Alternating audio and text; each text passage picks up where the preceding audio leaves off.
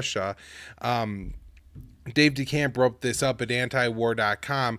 Report NATO moles sending more troops to Romania and Bulgaria. And, this is something we actually talked about last week on the show as, another potential escalation with Russia, Connor. But the more important thing I thought to that was Bulgaria almost instantly responded. This is the Ned Stay at antiwar.com.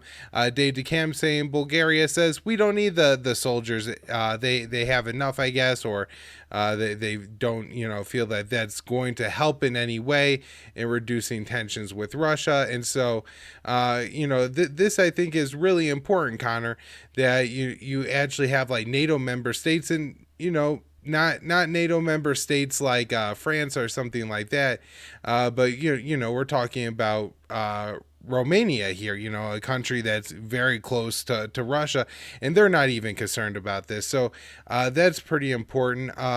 We also had the State Department approving the sale of Javelin missiles to Lithuania. This is, I believe, 300 and something missiles, 30 launchers, and then also related equipment. And it's going to, net the U.S. or a U.S. weapons maker a profit of $125 million. Of course, Russia sees these weapons as particularly provocative. And, kind of we've talked about this when the U.S. is saying these kind of weapons to Ukraine. So, that's some of the stuff that's been going on. Let's see, what else do we have here? This from the Washington Post was really interesting. Of course, Connor, it is from the Washington Post, so who knows? It could even be just some intelligence sources trying to push the Biden administration to take a more hawkish stance, and isn't something that's being seriously considered in the White House. But it does appear that Biden has commented on this, and what it would do is the U.S. would begin providing Ukraine with battlefield intelligence. From what I was able to read of this, Connor, the quotes they have in this article, again, it's the Washington Post, so kind of official propaganda story that we're talking about here, but some of the quotes in the article make it sound like that the reason the U.S. is concerned about this is providing the intelligence could potentially lead to a Ukrainian offensive attack against the Donbas region.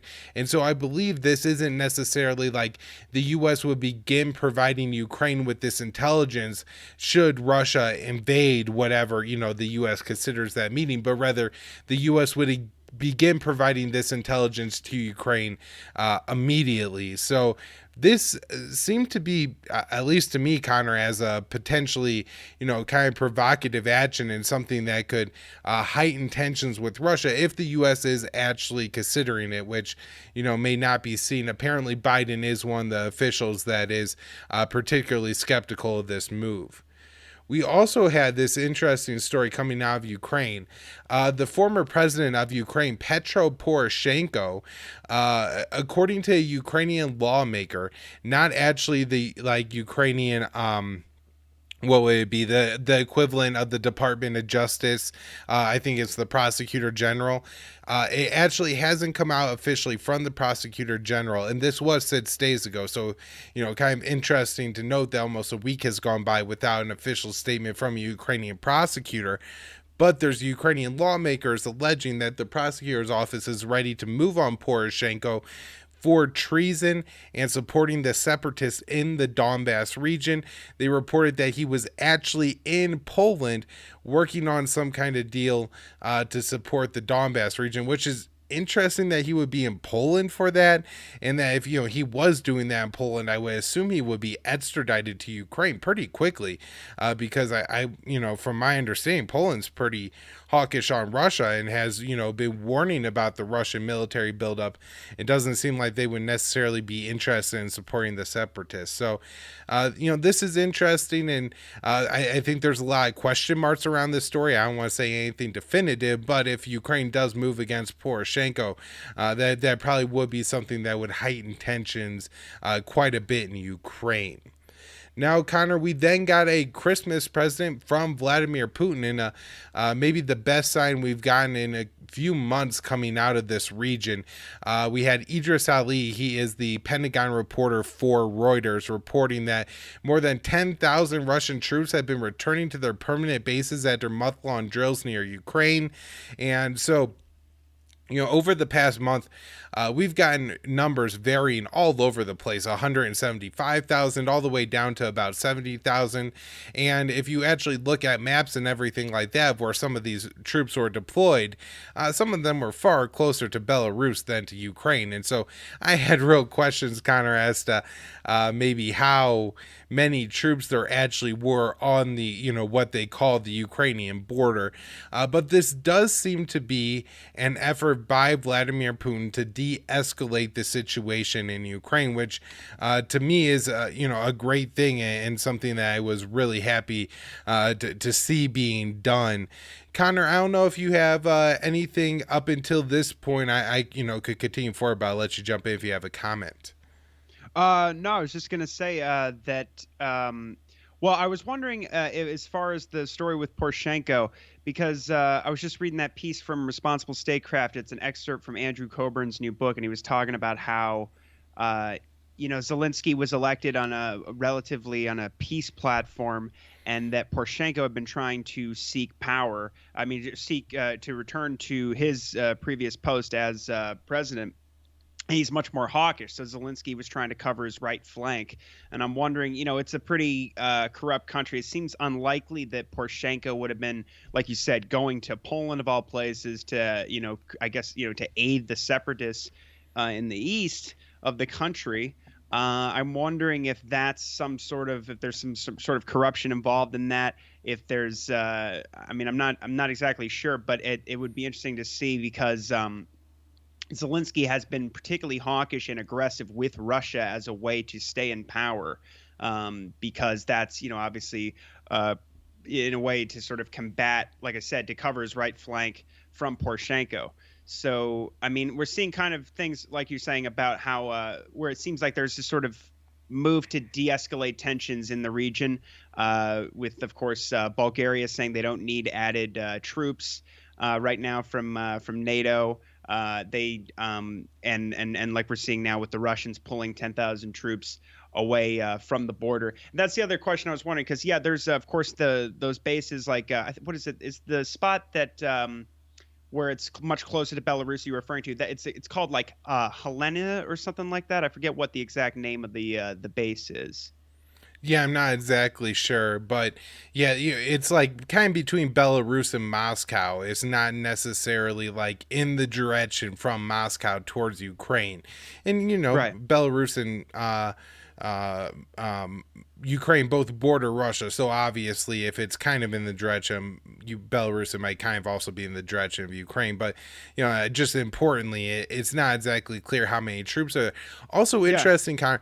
People are still talking about this being an invasion force and everything like that. But even the U.S. own estimates say that Russia would need 150, 170,000 troops, and they're not even halfway there. Again, by the U.S. own intelligence estimates, and now they're taking 100,000, 10,000 troops away, taking them far further away from that goal. It seems pretty clear that Russia is trying to signal at this point, again, this is December 25th, that, they would like to de-escalate this situation. Now, the U.S., then Putin also gave another statement, because I felt like there really wasn't an equivalent response from the U.S. side here, where maybe kind of walking things back or something like that. In fact, the USS Truman, which is an aircraft carrier and a strike group, was moving into the Mediterranean Sea around this time. But at the same time, these are normal drills, and maybe that wasn't that provocative. But Putin did say that if, the U.S. doesn't accept the Russian security guarantees, then he would have to mull other options. And this is just kind of the typical rhetoric that we've been seeing from the Russian side, from Vladimir Putin over the past couple of weeks. He did say in some positive news that it's overall positive, the initial signals that he got from NATO on talks, that he didn't want to offer, the ultimatum type, security guarantee with NATO, but felt like he was pushed to it, and also makes a very, I think, astute and important point that Russia really doesn't have a negotiating partner in Ukraine right now.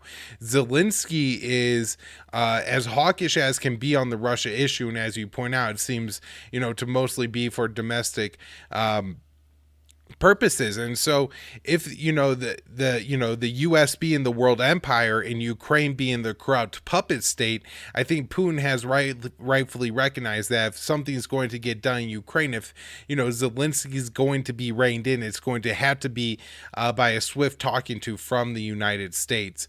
Now, in a fairly more provocative move, the US flew two spy planes near the Ukrainian separatist area, the Donbas region. I believe the planes approached like 40 miles within that area. And of course, my thoughts immediately went to that Washington Post article, Connor, about providing the battlefield intelligence to the Ukrainians, wondering if maybe they had moved forward with that, or if the U.S. is trying to just have more of that intelligence of, what's actually happening, where the separatist forces are aligned and put in Ukraine.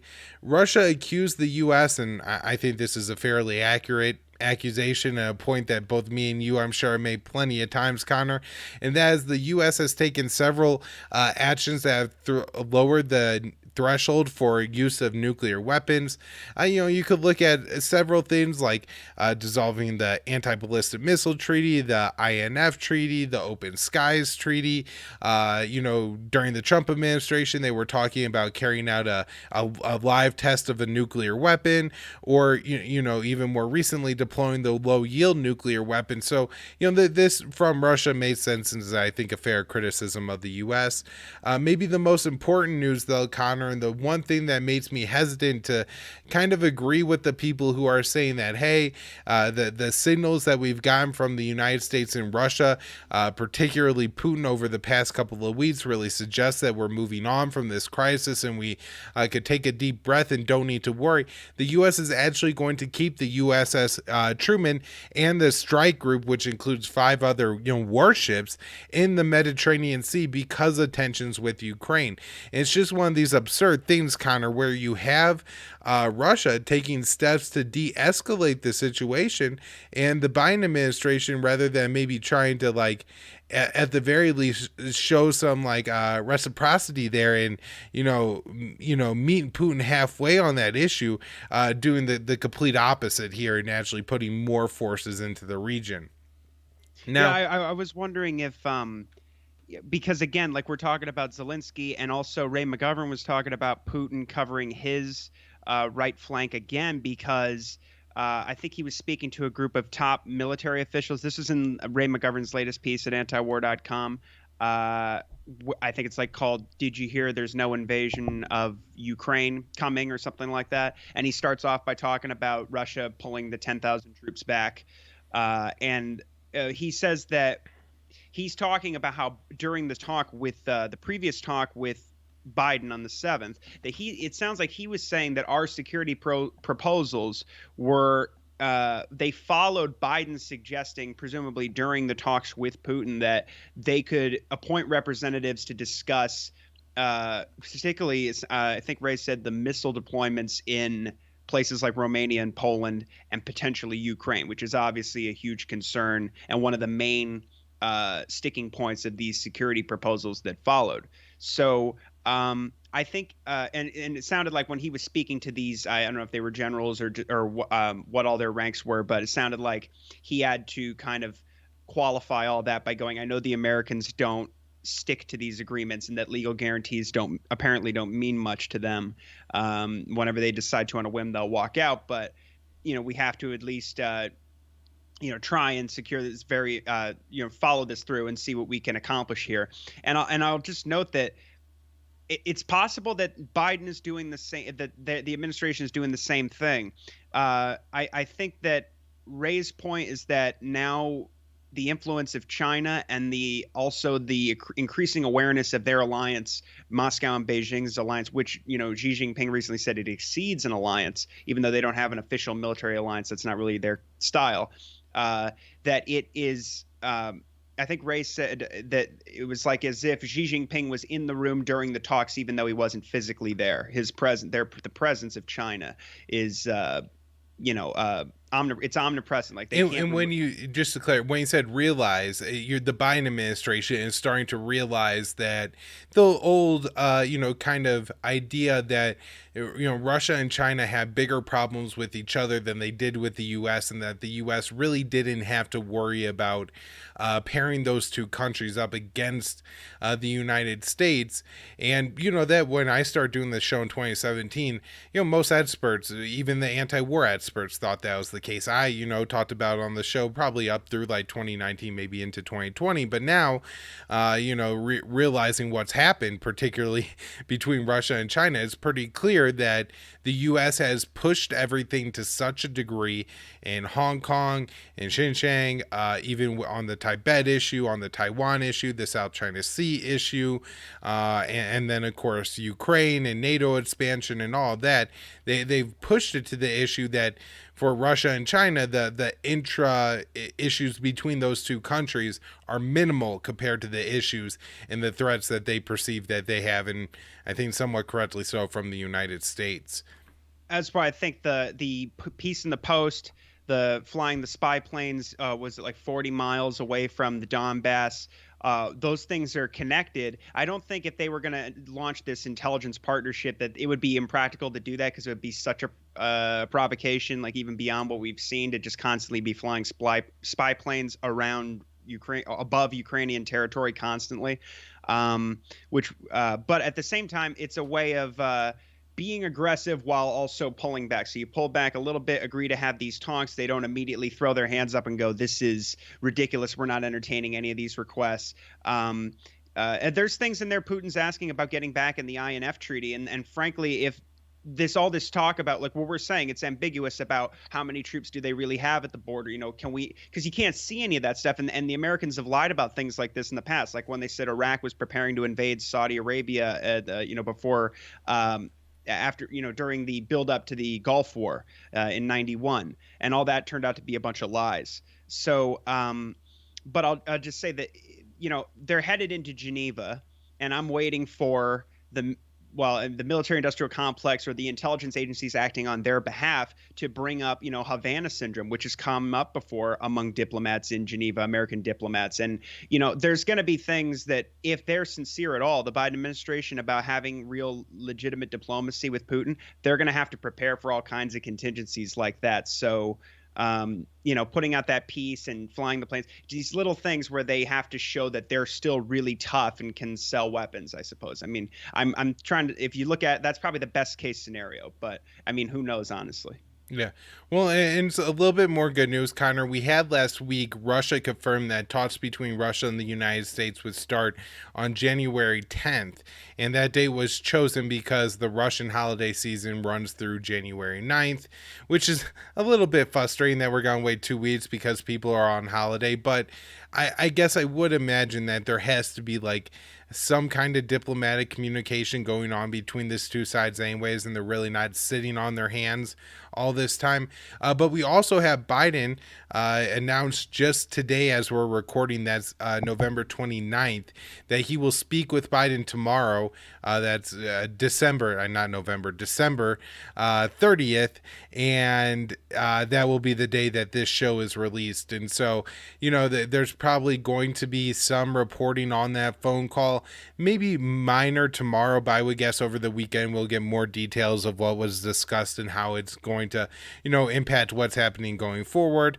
But Connor, this is important news that these calls are taking place, and it could be a good sign, although it could be a sign that, one side or the other feels that the other side is really pushing into the limits and talks need to happen ASAP.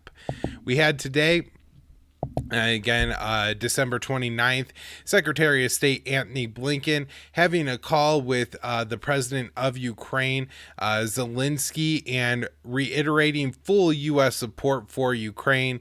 You know, this is one of those things where, to me, that means absolutely nothing, Connor, because I know, and Biden has already said, and just, you know, the practical reality on the ground, the U.S. isn't going to fight a war against Russia to save Ukraine. But I don't know if Zelensky knows that. The dude was an actor on TV before he had the job as president. So, you know, that doesn't necessarily mean that you're more unqualified than somebody like Antony Blinken. It could actually be a plus.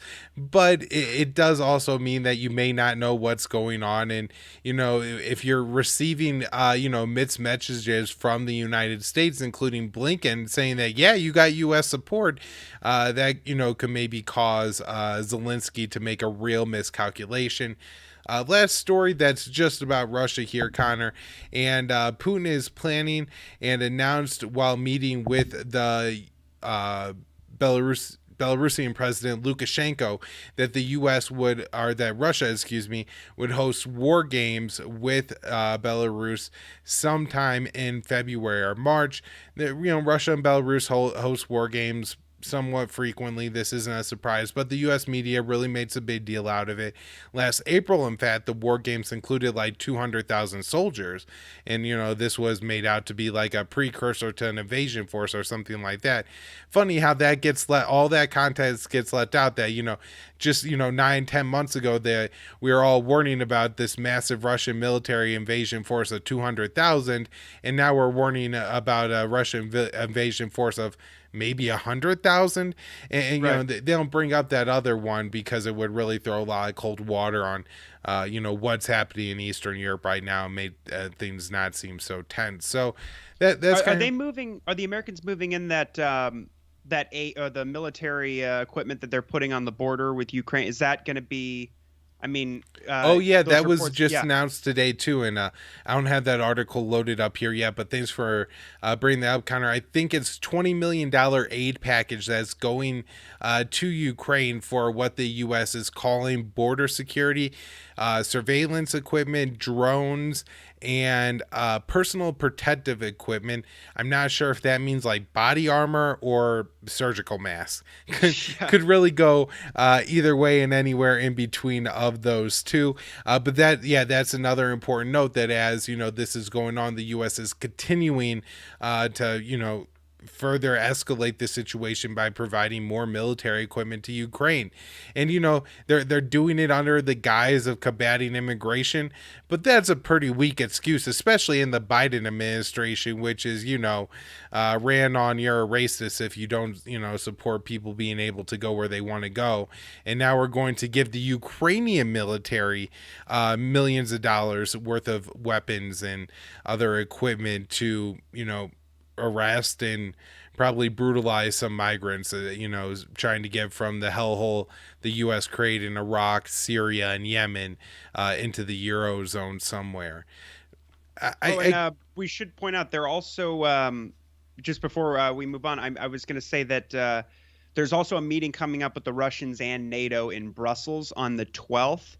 And then after that, it's the organization in Vienna, the Organization for Security and Cooperation in Europe, with what is it? The U.S., the Russians. I think they said some European nations and probably some NATO officials. Yep, something like that as well. Yeah. Okay. So yeah. Potential talks in the future, and I guess it'll really depend what happens in the next couple of weeks as to, you know, how those talks go. I do kind of agree with, I think it was Gilbert Dottero who said that the parent agreement is the Russian-U.S. agreement, and that's the one that really matters. But it doesn't mean that any agreement between Russia or talks between Russia and NATO are completely insignificant, especially, you know, NATO is an organization where I believe it only takes one member to veto membership of another country. And so if you're Russia and you want to prevent, you know, Georgia or Ukraine, say, from joining NATO, maybe it's better to talk with like the French or the Germans on that versus the Americans. You know, Mark Cohn, the president of France, has called NATO brain dead. He might be the person person that's more willing to accept reason on this issue.